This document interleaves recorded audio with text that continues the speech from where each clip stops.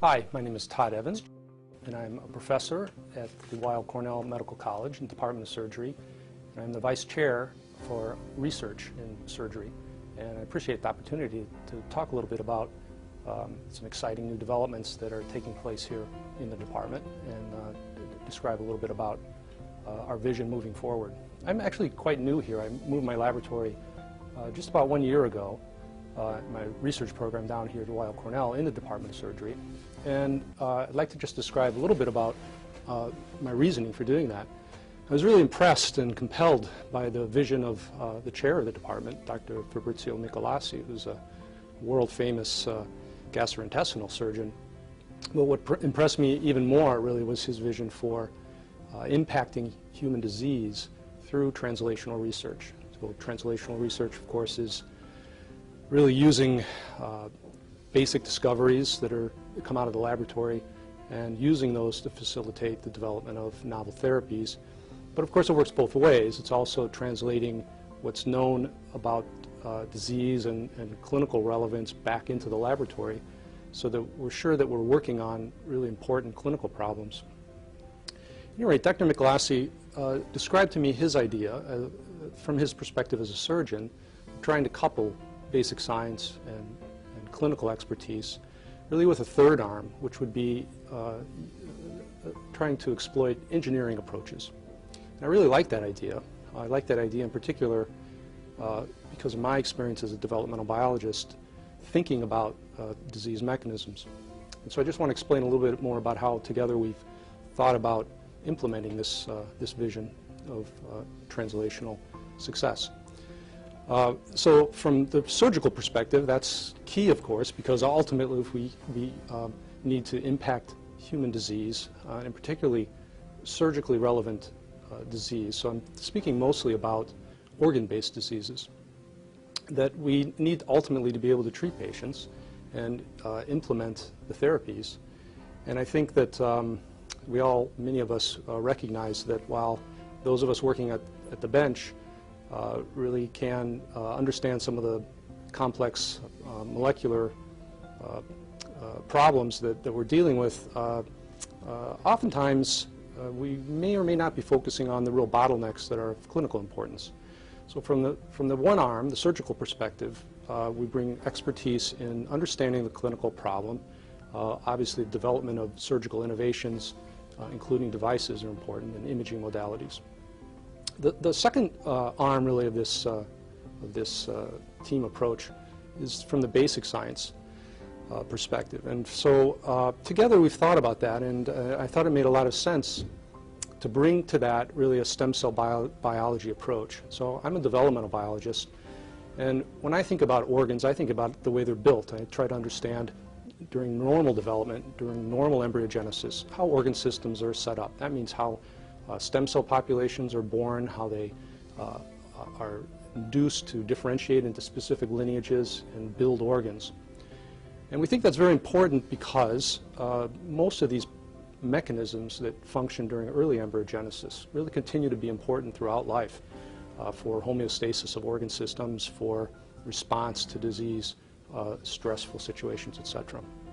Most organ systems, of course, maintain stem cell populations even as an adult for regenerative processes. So our perspective is from a developmental biologist to understand the normal pathways and mechanisms that regulate organ development, growth, morphogenesis, shape of the organ, so that when we understand what the clinical implications are for organ disease, we can attempt to develop mechanisms to bring those pathways back into a regenerative process. And I'll give you a couple of examples of that in a minute. The third leg, really, of the team strategy, as I mentioned, we thought would be an engineering approach. And we think this is very important. We know that we can model many disease mechanisms, even in a dish, in vitro, particularly using stem cell populations, embryonic stem cells, other types of human stem cells. And this is very useful, particularly for studying cell differentiation pathways. However, obviously organs exist in a system with three-dimensional architectures that are very difficult to mimic in vitro. And many of the processes that impact regeneration aren't simply functioning at the genetic or epigenetic level. I mean, ultimately they do impinge on that, but they involve stresses and strains and features that are more difficult to model in our simple in vitro, or even very difficult to model in vivo in animal models. And that's because they really are engineering principles. So we need to bring into the whole equation issues like the environment, the cellular environment, stresses, for example, shear stress that's occurring during a regenerative process. And for this, we really would benefit from an engineering perspective. And so our focus has been on tissue engineering. And for this, we needed partners. And so Dr. Michelasi really teamed up very early with our partners at Cornell Ithaca in the biomedical engineering program, which is headed by Dr. Michael Schuler, and really brings expertise in trying to use tissue engineering approaches. So bringing a stem cell perspective into a clinically relevant, damaged, diseased environment, and then using engineering approaches to build and enhance regenerative processes. So the overall theme really of the department, I think in many ways reflects this focus on regenerative processes. From a clinical perspective, identifying disease, eradicating disease, and then facilitating regenerative processes through stem cell, cellular approaches, genetic approaches, pharmacological approaches, etc. I can take just a moment to discuss some of the current research projects that are really ongoing, or were ongoing at the time that I came into the department a year ago. A few of the people that are doing the work, for example, is Dr. Jason Spector, who's a plastic surgeon, a talented young investigator, who has a number of really interesting projects focused on, again, this principle of regenerative medicine and using partners, cross-disciplinary partners, to impact therapies. So, for example, he's very interested in the problem of ischemia reperfusion, in which case oxygen is essentially brought back into healing tissue and actually can cause damage. And so he's looking at the molecular mechanism behind that. So Dr. Spector is also very interested in teaming with the biomedical engineers up at Cornell to develop novel acellular constructs for tissue wound healing. And he's also come up with some really innovative ideas to use ultrasound, both for healing purposes, particularly for pain relief, as well as for targeting vessels during surgery. So if I can give you another example, Dr. Thomas Fahey is the director of the Surgical Endocrinology Division, and he's very interested as an oncologist in endocrine and pancreatic tumors, and he's developing new approaches to discover biomarkers that are important for distinguishing malignant from benign disease. And he's also teamed up both with our colleague here, Dr. Raza Zarniger, as well as partners up in biomedical engineering in Cornell, Ithaca, for example, develop novel imaging modalities to find and target early tumors prior to their presentation. One more example of a talented young investigator, Dr. David Leeser, who's a transplant surgeon. We have a very talented transplant team here. Of course, transplant surgery is a key component of this concept of regenerative medicine.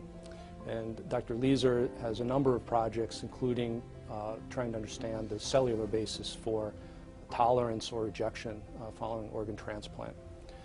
And so these are examples of some of the young investigators who are really themselves coupling both basic and clinical and surgical approaches, partnering with engineers.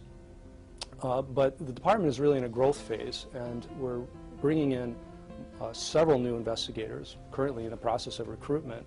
I'll give you one example. We're very excited to have successfully recruited an exciting young investigator, Dr. Marco Ciandel. Dr. Ciandel and his colleagues have made some major new discoveries related to stem cell biology. For example, Dr. Ciandel discovered a new type of stem cell, an adult stem cell. He actually used what are called spermatogonal stem cells, derived from an adult testis, and developed a new marker to isolate and purify large numbers of these cells and study their phenotype in vitro in a tissue culture dish. And he made a remarkable discovery that by a somewhat apparently stochastic mechanism that he's trying to work out, these cells can convert into a new type of stem cell that functions very much and appears to be phenotyped very much like an embryonic stem cell. So these are, of course, cells that can give rise to all different types of cells, and there's a lot of hope for their use in regenerative therapies. Dr. Ciandel also has a really strong interest in the niche, the cellular environment that supports stem cell activities. And this has relevance not only to normal stem cell biology, but also to, for example, cancer stem cells, populations of cells that may constitute the real source of the tumor and that may be missed by most current therapies that target highly proliferative tumor cells. And so this very interesting balance between a normal stem cell and a cancer stem cell is of real interest right now, and Dr. Ciandel is developing approaches both using, again, tissue culture approaches and also animal models to study the relationship of these both the stem cells themselves, but also the niche that may normally support and be required for supporting normal stem cell activity, but may be essentially subverted to actually support cancer stem cell phenotype.